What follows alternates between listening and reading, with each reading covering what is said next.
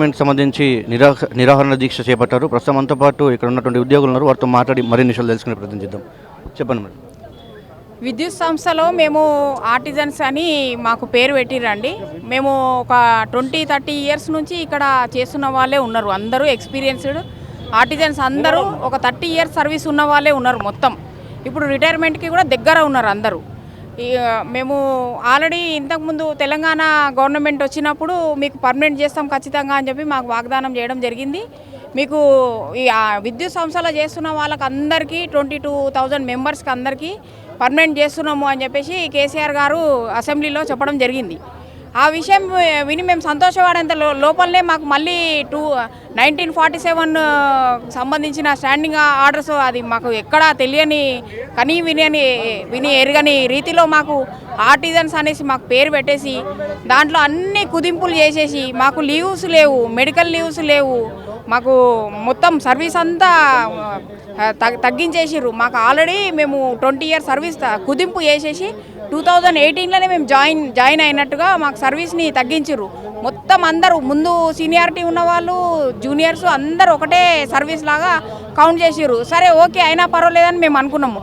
2017లో permanent అన్నారు. ముందు order copy ఇచ్చిర్రు. తర్వాత అది క్యాన్సిల్ చేసి కోర్టు కేసు అని చెప్పేసి 1 ఇయర్ డిలే చేసి 2018లో మళ్ళీ పర్మనెంట్ అని చెప్పారు. చెప్పిన తర్వాత 2018 తర్వాత 5 ఇయర్స్ తర్వాత మీకు గ్రేడ్ చేంజ్ అవుతుంది, ప్రమోషన్ వస్తుంది అని చెప్పేసి దాంట్లో ఆర్డర్ కాపీలో ఇచ్చిర్రు, స్టాండింగ్ ఆర్డర్స్లో ఇచ్చిండ్రు. ఆ రూల్ ప్రకారం కూడా మాకు 5 ఇయర్స్ అయిపోయింది. ఆల్రెడీ ఇప్పుడు ఇంకా 3 ఇయర్స్ ఎక్కువ అయిపోయింది, 8 ఇయర్స్ చేంజ్ అయిపోయింది. అయినా కూడా ఆ విషయం మీద ఏమాత్రం స్పందన లేదు. ఓహెచ్లు తీసేసిర్రు, అన్ని రకాలుగా మమ్మల్ని ఇట్లా కుదింపు చేసేసి రిటైర్మెంట్ బెనిఫిట్ కూడా లేదు మాకు. ఇప్పుడు ఆల్రెడీ మా ఆర్టిజన్స్ కొంతమంది రిటైర్ అయిన వాళ్ళు మా కొలీగ్స్ వాళ్ళు ఖాళీ చేతులతో వెళ్ళిపోతున్నారండి. ఎంత బాధాకరము. మీ జీవితం అంతా ఇక్కడ సంస్థకు చేసిన తర్వాత ఖాళీ చేతులతో వెళ్ళిపోవడం అనేది ఒక సంస్థలో ఎంతవరకు న్యాయం? అది వాళ్ళు ఒక 50,000 కూడా చేతిలో పట్టుకోకుండా వెళ్ళిపోతుంటే మాకు చాలా బాధాకరంగా ఉన్నది. వాళ్ళకి పెన్షన్ కూడా ఏమీ లేదు. ఇంత హీనమైన పరిస్థితిలో మమ్మల్ని ట్రీట్ చేయడం అనేది మాకు అర్థం కావడం లేదు. మేము ఆల్రెడీ ఇప్పుడు 7th నుంచి స్టార్ట్ చేసినాం. 7th రోజు వరంగల్ చెలో వరంగల్ అనేసి ఒక పెద్ద ధర్నా జరిగింది. కార్మికులు అందరూ రోడ్డు పైనకి వచ్చేసారు. వేలాది మంది ఇంత ఆవేదన చెందుతుంటే ఈ సంస్థ కానీ ప్రభుత్వం కానీ ఏ విధమైన స్పందన లేదు. ఇక్కడ ఉన్న వాళ్ళు అందరం ఆర్టిషన్స్, విద్యుత్ సౌదాలో పనిచేసే ఆర్టిషన్స్ ఉన్నారు, ఎస్పీడీసీఎల్లో పనిచేసే ఆర్టిషన్స్ ఉన్నారు. జెన్కో, ట్రాన్స్కో, ఎస్పీడీసీఎల్, మొన్న ఎన్పీడీసీఎల్లో కూడా ధర్నా జరిగింది. మేమందరం బయటికి రావడానికే ఒక రీజన్ సార్, ఆర్టిషన్స్ అనేది వద్దు మాకు. మేము కూడా రెగ్యులర్ ఎంప్లాయీస్కి ఈక్వల్గా చాలా ఏళ్ళ నుంచి 10 ఏళ్ళ నుంచి 20 ఏళ్ళ నుంచి పనిచేస్తున్నాము. వాళ్ళతో ఈక్వల్గా క్వాలిఫికేషన్ ఉంది. వాళ్ళు చేసే వర్క్లో మేము కూడా పార్టిసిపేట్ చేస్తున్నాం. కాబట్టి మాకు కూడా రెగ్యులర్ పోస్ట్ ఇవ్వాలి. ఆర్టిషన్ అనే పోస్టు విద్యుత్ సంస్థలో లేదు. ఓన్లీ 20,000 మంది ఆర్టిషన్స్ కోసము ఇవి క్రియేట్ చేసినారనమాట. ఈ 20,000 మంది ఆర్టిషన్స్ని ఎన్నో రకాలుగా అడిగి చూసినాము. సీనియారిటీ వైజ్ చేయండి, ఎన్నో రకాల ఆప్షన్స్ మేము కూడా ఇచ్చాము. చాలా సామరస్యపూర్వకంగా ఎన్నో రిప్రజెంటేషన్లు ఇచ్చినాము, గవర్నమెంట్కి ఇచ్చినాము, మా సీఎండీలకు ఇచ్చినాము. ఎవరు కూడా పట్టించుకోలేదు. ఇంకా వేరే ఆప్షన్ ఏం లేదండి, స్ట్రైక్ పోవడం తప్ప మాకు వేరే ఆప్షన్ లేక స్ట్రైక్కి రావడం జరిగింది.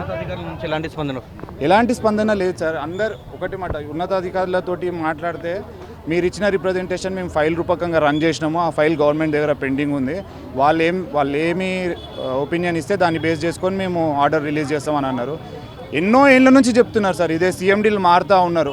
మన టీఆర్ఎస్ గవర్నమెంట్ పోయిన తర్వాత ఆల్మోస్ట్ మన రేవంత్ రెడ్డి గవర్నమెంట్ వచ్చిన తర్వాత 4-5 సీఎండీలు మారినారు సార్. ఎప్పుడు చరిత్రలో లేదా అలాంటి సీఎండీలు మారడం.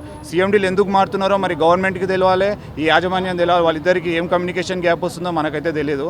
కాకపోతే ఇట్లా రిప్రజెంటేషన్లు సీఎండీలకు ఇస్తున్నాము, గవర్నమెంట్కి ఇస్తున్నాము, కానీ ఎవరు స్పందిస్తలేరు సార్. మాకు ఇంకా ఈ ఆప్షన్ తప్ప వేరే ఆప్షన్ కనిపించలేదు సార్. ఇంకొక విషయం యాడ్ చేయాలనుకుంటున్నాను sir, sorry for interrupting. Regular employees అనే వాళ్ళు ఉన్నారు మా దాంట్లో. మేము ఆర్టిషన్స్ అనమాట, అవుట్సోర్సింగ్ కాంట్రాక్ట్ నుంచి వచ్చిన వాళ్ళం. మమ్మల్ని రెగ్యులర్ ఎంప్లాయీస్ లాగా ట్రీట్ చేస్తే, ఇప్పుడు రెగ్యులర్ ఎంప్లాయీస్ ప్రతి స్ట్రైక్కి ధర్నాకి పోయినారు, రూమ్కి తిరిగి వాళ్ళు స్లోగన్స్ ఇచ్చుకున్నారు. మమ్మల్ని కూడా వాళ్ళతో పాటు పార్టిసిపేట్ చేయించుకున్నారు. ఇప్పుడు మాకు ఇంత ఇబ్బంది జరుగుతుంటే ఒక్క రెగ్యులర్ ఎంప్లాయీస్ యూనియన్ బయటకు వచ్చి వాళ్ళు చేసే దాంట్లో రైట్ ఉందని చెప్పట్లేదన్నమాట. మమ్మల్ని చాలా విధాలుగా వాడుకున్నారు, చాలా ధర్నాలలో వాడుకున్నారు, స్ట్రైక్లలో వాడుకున్నారు. టీఆర్ఎస్ గవర్నమెంట్ ఉన్నప్పటి నుంచి కూడా వాడుకుంటూ వస్తున్నారు. కానీ ఇప్పటి వరకు మాత్రం నాకు న్యాయం జరగలేదు. ప్రభుత్వం మారిన తర్వాత ఓన్లీ పైన ఉన్న వాళ్ళకి మాత్రమే పైన కుర్చీలలో కూర్చున్న వాళ్ళకి మాత్రమే న్యాయం జరిగింది. కింద ఉన్న వాళ్ళకి ఎవరికి న్యాయం జరగలేదు సార్. ఇది ఆర్టిజన్ అనే కార్మికులని ఒక పేరు పెట్టేసి వెట్టి చాకరీ చేయడం జరుగుతూ ఉన్నది. మరి రెగ్యులరైజ్ చేయకుండా దశల వారీగా మేము రిప్రజెంటేషన్ ఇవ్వడం జరుగుతూ ఉన్నది. మరి ఇన్ని రిప్రజెంటేషన్ ఇచ్చిన తర్వాత కూడా దఫాలుగా మేము లంచ్ అవర్ ధర్నాలు అవన్నీ జరుగుతున్నా కానీ ఇంత తీవ్రతరంగా బయట జరుగుతున్నా కానీ మరి ఎలాంటి స్పందన అనేది మాకు కనిపించట్లేదు. మరి దీనికి వ్యతిరేకంగా మేము చాలా ఖండిస్తూ ఉన్నాము. మరి మా ఆర్టిజన్ కార్మికులు బయట లైన్ల మీద పిట్టల్లా రాలిపోతున్నారు. ఒక్కొక్కరు చేతులు కాళ్ళు కాలిపోయి ఉన్నారు. మళ్ళీ వాళ్ళకి ఎలాంటి ఇన్సూరెన్స్ ఎలాంటి జీతభత్యాలు ఏదైతే రెగ్యులర్ ఎంప్లాయీకి అందుతాయో అంత స్థాయిలో మాకు అందకపోవడం ఒక బాధాకరంగా మేము భావిస్తూ ఉన్నాము. కాబట్టి దీనికి వ్యతిరేకంగా మేము ఈ ధర్నా అనేది చేయడం జరుగుతూ ఉన్నది. ఈరోజు మేము విద్యుత్ సోదాల ఒక ధర్నా చేస్తా అంటే మాకు పర్మిషన్ ఇవ్వరని చెప్పి జరగడం జరిగింది. ఎంత రిక్వెస్ట్ చేసి పైకి వెళ్ళి హైకమాండ్కి మేము శాంతియుతంగానే చేస్తున్నాం, మేమేం ఇబ్బంది పెట్టట్లేదు. మేము నిన్న కూడా చేసామండి. మేము ఒక మూలన కూర్చొని మేము కార్డ్స్ పట్టుకొని ఉన్నాం తప్ప మేమేం స్లోగన్స్ గీగన్స్ చేయడం జరగలేదు. శాంతియుతంగానే కానీ ఈరోజు వస్తే లేదు మీకు పర్మిషన్ ఖచ్చితంగా ఇవ్వము, మీరు ఇలా మీరు అలా అని అంటే మేమేం కొత్త కోరికలు కోరట్లేదండి. మాకు కావాల్సిన రూల్సే మేము అడుగుతున్నాం. ఏపీఎస్బి రూల్స్ వస్తే మా జీవితాలు బాగుపడతాం. ఇన్ని రోజులు ఈ సంస్థకి చేసినందుకు కృతజ్ఞతగా మేము ఆల్వేస్ ఉంటాం. కానీ మీరు మమ్మల్ని పట్టించుకోకపోతే ఇంకెవరు పట్టించుకుంటారు? ఈరోజు అక్కడి నుంచి విద్యుత్ సోదాల పర్మిషన్ లేకందుకు విద్యుత్ సోదా నుంచి మింట్ కాంపౌండ్ వరకు ఇంతమంది నడుచుకుంటూ వచ్చామండి. దేని గురించి? మా హక్కులు మేము కోరుకోవడానికి, మా హక్కులు మేము నెరవేర్చుకోవడానికి, మా హక్కులు యాక్చువల్గా మా బాధ మీకు చెప్పడానికి. APSB rules అడుగుతురు. ఎందుకు అడుగుతున్నామండి? మాకు సేఫ్టీ ఇష్యూస్ ఉన్నాయి, జాబ్ విషయంలో మాకు శాలరీస్ ఇష్యూస్ ఉన్నాయి, మాకు లీవ్స్ ఇష్యూస్ ఉన్నాయి, మాకు ప్రమోషన్స్ ఇష్యూస్ ఉన్నాయి. మా ఆర్టిజన్ అంటే ఒక చులకన. ఎందుకు చులకనండి? ఒక చులకన మాట ఎందుకు? మేము కష్టపడతలేమా? మేము చేస్తలేమా? ఈ మొత్తం తెలంగాణలో 20,000 మంది పైగా ఆర్టిజన్స్ వేరే పేర్లలో ఉన్నామండి. ఎందుకున్నామండి?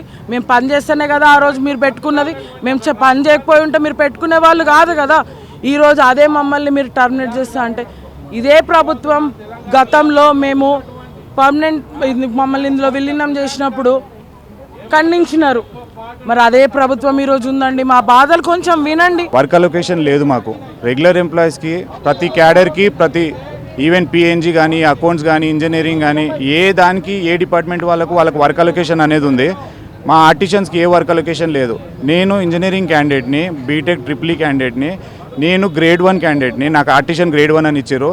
కానీ నేను గ్రేడ్ 1 అని ఎప్పుడు చెప్పుకోవద్దు. ఎందుకంటే నేను గ్రేడ్ 1 చేస్తా, 2 చేస్తా, 3 చేస్తా, 4 చేస్తా. అటెండర్ చేసే పని కూడా నేను చేయాలి, టైపిస్ట్ చేసే పని కూడా నేను చేయాలి. ఇన్ కేస్ ఇంజనీర్లు కానీ లేకపోతే పీఓలు కానీ ఎవరైనా లేకపోతే వాళ్ళ పనులు కూడా మేము చేయాలి.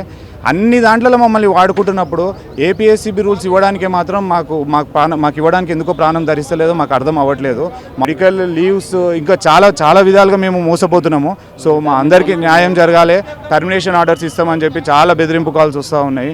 ఇక ఇంతమంది వచ్చినాక బయటికి ఇక మేము వెనకడికి వేయాల్సిన అవసరం లేదు సార్. ఎందుకంటే సామరస్యపూర్వకంగా మా సమస్యలు పరిష్కారం అయితే లేవు. మాకు ఈ ఆప్షన్ తప్ప ఇంకా వేరేది లేదు. దీనికి కూడా మేము వాయిస్ చేయలేకపోతే మేము ఎప్పటికీ ఇట్లనే పడి బతకాల్సిందే అంతే మాకు.